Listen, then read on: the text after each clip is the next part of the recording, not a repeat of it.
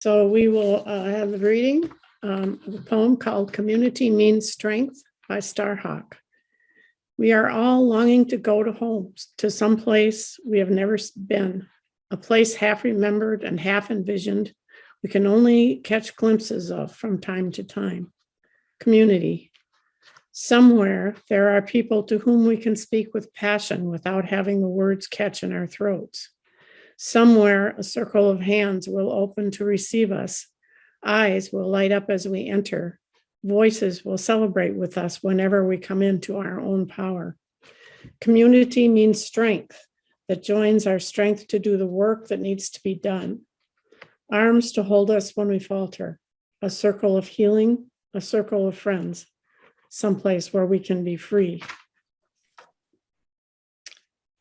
Carolyn is now going to introduce the sermon or today's presentation.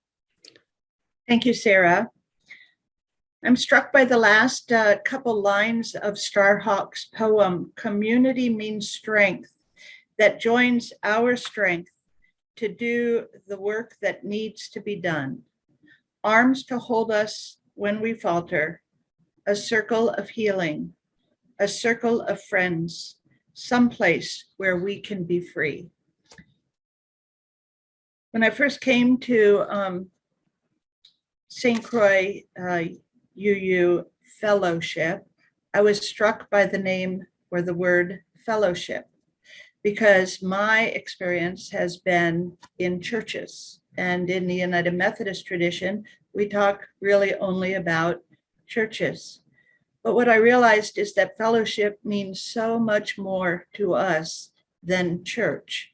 It means community. And so I want to share this presentation along with Marty and Sarah that Reverend Phil Lund has entitled Realistic Hope and Hopeful Realism. Reverend Phil Lund has over 24 years of serving congregations in the areas of faith formation and spiritual growth. Most recently, he is a congregational life consultant for the Mid-America region of the Unitarian Universalist Association. He was instrumental in SCUUF's early years of formation, helping us receive a small chalice grant to get us started financially. To help small congregations in the Midwest, Reverend Lund has now created a series of sermons and worship resources that we can use as we wish. We are sharing just one with you today, his message about hopeful realism. That's what Phil sent us. This is what Phil said about it. And Anne, could I have you put up the first slide of the PowerPoint? According to recent surveys of religion in America, a continued decline of church membership in future decades seems inevitable. What does that mean for those of us who enjoy the important social benefits that belonging to a religious community provides? How do we manage the tension between hope and realism when it comes to the future of our faith? Let us explore what we as Unitarian Universalists can do for religion today and tomorrow. The realistic portion of Phil's presentation showed that we, along with most other congregations in America, are facing challenges in three major areas, and they are on the screen. The number of people identifying with any religion is declining. Among those who do identify with a religion, fewer are attending services. The Unitarian Universalist of America shows the same declines and a particularly concerning drop in the number of young people who are involved. Phil goes into detail on these statistics, but we'd like to abbreviate his data presentation. Sarah and Marty will share his statistics with you, along with slides, and then Anne will show the remainder of Phil's presentation, where he gets into the more hopeful part. So Sarah, I turn back to you.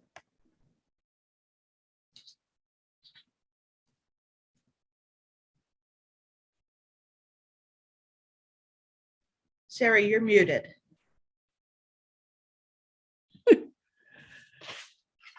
This slide shows that the number of people identifying with any religion is declining.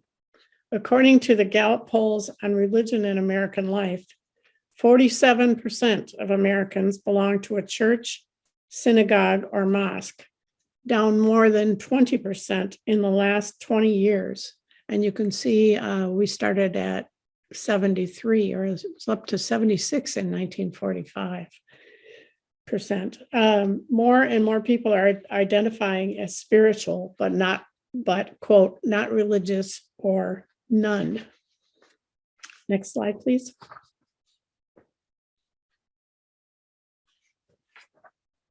Also, fewer people are attending services. There's a decline in the median attendance at service. And faith communities today conducted a comprehensive survey of 15,000 congregations, showing a 50% drop in the median number of people who attended services during the same time period. And that's from Faith Communities Today. Can you show the next slide, please, Anne? Marty. So this is a slide that Sarah just showed, which shows these are basically the people in the seats in the pews. The median was 137, and then that dropped down to 65. And so that's a pretty big decline in just 20 years. And if you want to show the next slide, Anne, if you want a few more fun facts about Unitarian Universalism. So in addition to the declining number of people who are in registered members or who are actually attending services, we already have the challenge that we're one of the smallest of the denominations. I put a little arrow over there showing that that's us at 0.2%. We are just above other religion on that right-hand side. So you can see that the number that we're already small. And if you want to go to the next one, here's some other facts about us. We tend to be older, especially older than the unaffiliated group, which our median age of UUs is 53, and the unaffiliated, along with Buddhist and Hindus and Muslim people, are around that 36 to 38%. So we talk about that the unaffiliated might be a group that would appreciate our fellowship, and we have to remember that they're probably 15 years younger than we are, and on the median. We're also more likely to have a college degree, 53% of us versus 36% of the general population, which again is very similar to the unaffiliated. So there's a ton of fun facts about the UUs on the UU website itself.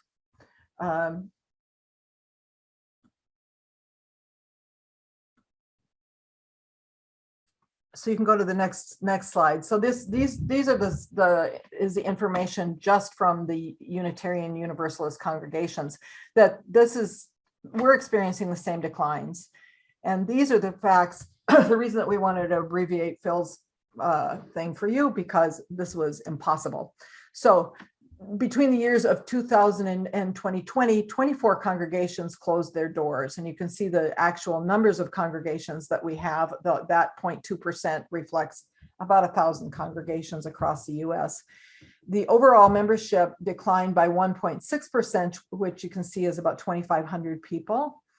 But the big part that is striking in here is that the participation in UU religious education dropped 56%. That's a drop of 26,700 people.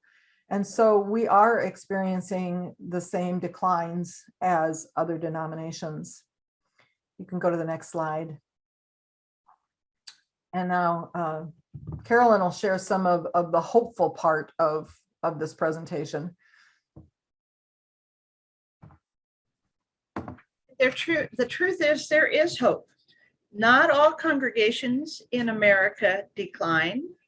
A full third actually grew in the last 5 years. Nearly a quarter grew, 25% or more. We believe there is great potential in our congregation to grow as a vibrant, liberal congregation in the St. Croix region. So now I'm going to ask Anne to play, there he is, Reverend Phil Lund, a portion of his video presentation in which he talks about strengthening our own congregation to meet the needs of the future. Thank you, Anne. So enough with the reality already. Where's the hope? It may seem simplistic, maybe even corny, but when I think about the hope for Unitarian Universalism, I think about the 1,000 plus UU congregations around the country, and more importantly, the people who keep those congregations going. In other words, I'm thinking about you, each of you, the ones who are still here after all the hardships and heartbreaks of the last 2 years. But what does it mean to still be here as we enter the 3rd year of the COVID-19 pandemic? Consider this distinction from Carey Nieuwhof. Pre-COVID, in growing, plateauing, and declining churches, you could break people down who were part of your church into 2 primary categories: members and attenders, and engagers. Think of members and attenders as just that, people who joined your church and or people who attended but rarely moved beyond that. Think of engagers, on the other hand, as, well, members and attenders who engaged in a way far beyond church attendance. Before the pandemic, it was possible for most congregations to survive with this sort of division between members, attenders on one hand, and engagers on the other. But the current reality is different. As Rob Dyer said, super volunteers are now looking to do just a few things. Regular attenders are becoming semi-regular, and fringe folk are falling away. The Gallup poll report put it this way: churches are only as strong as their membership and are dependent on their members for financial support and service to keep operating. Because it is unlikely that people who do not have a religious preference will become church members, the challenge for church leaders is to encourage those who do affiliate with a specific faith to become formal and active church members. This is pretty much what Carey Nieuwhof suggests when he says, turn your remaining attendees into engagers. And like most of the things that I've been talking about today, this is not an idea that's new with the pandemic. The need for attenders to be more fully engaged with their congregations has been around before COVID-19. Here's another story from a minister that occurred around Easter time. It's from the Reverend blog by Aaron Wathen on the website Patheos. I was writing my weekly note to the congregation, a few days late because I took Monday off and it's all downhill from there. Usually in this note I share a few words about the message for Sunday so we can all be reflecting on the same topic throughout the week. It makes the sermon more of an ongoing conversation. I sometimes discuss something that's going on in the life of the church as well, but this week it was more of a thank you note, because when I think about how much work my church folks did over the last few weeks to get our place ready for Easter, it blows my mind. And as I look around the property, I can see the fruits of many hours of shared labor. Sparkling windows and floors, finely manicured landscaping, dramatic paramounts hung with a complex pulley system by dedicated house elves in the wee hours. And then I start thinking about the work of the worship team, the children's ministry team, and musicians, not to mention the greeters, handshakers, bulletin hander-outers, and coffee makers, and the youth group out there hiding eggs for the little ones, plus more behind-the-scenes workers I have not mentioned. Just thinking about it makes me overwhelmed with gratitude. It's enough to make my mascara run. I'm not crying, you are.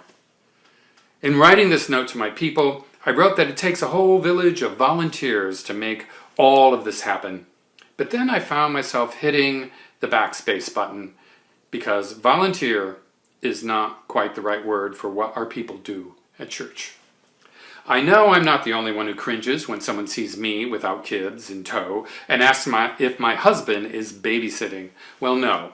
I mean, yes, he is at home with the kids tonight, but I do not think you can effectively say babysitting when it's your own dang kid.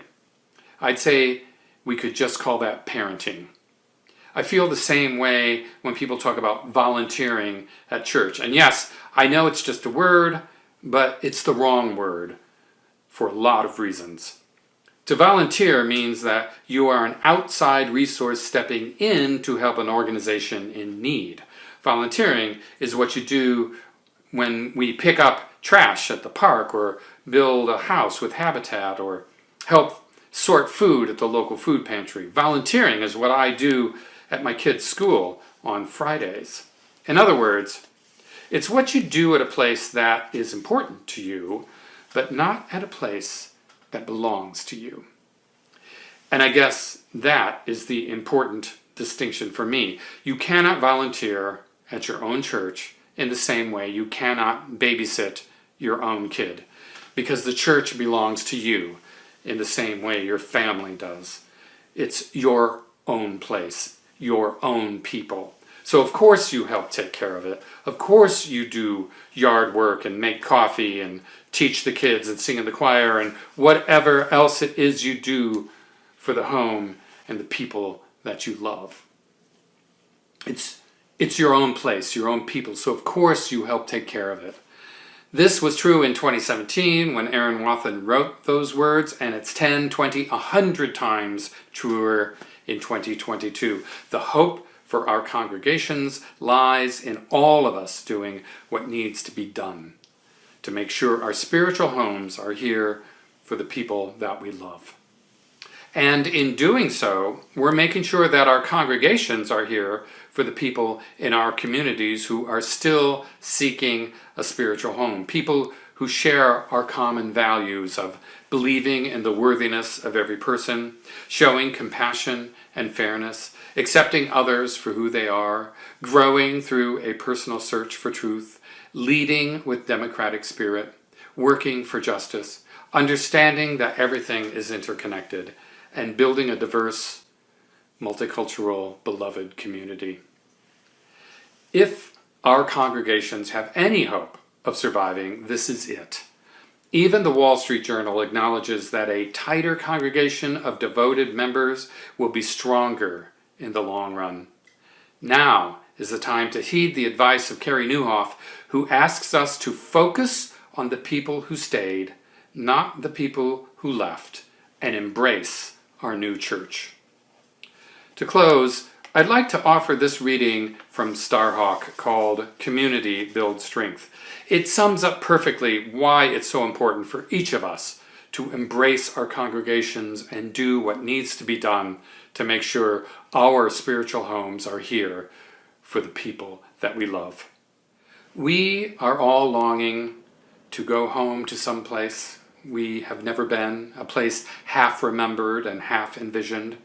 We can only catch glimpses of from time to time. Community. Somewhere there are people to whom we can speak with passion without having the words catch in our throats. Somewhere a circle of hands will open to receive us. Eyes will light up as we enter. Voices will celebrate with us whenever we come into our power. Community means strength that joins our strength to do the work that needs to be done. Arms to hold us when we falter, a circle of healing, a circle of friends, someplace where we can be free. May your congregation be such a place.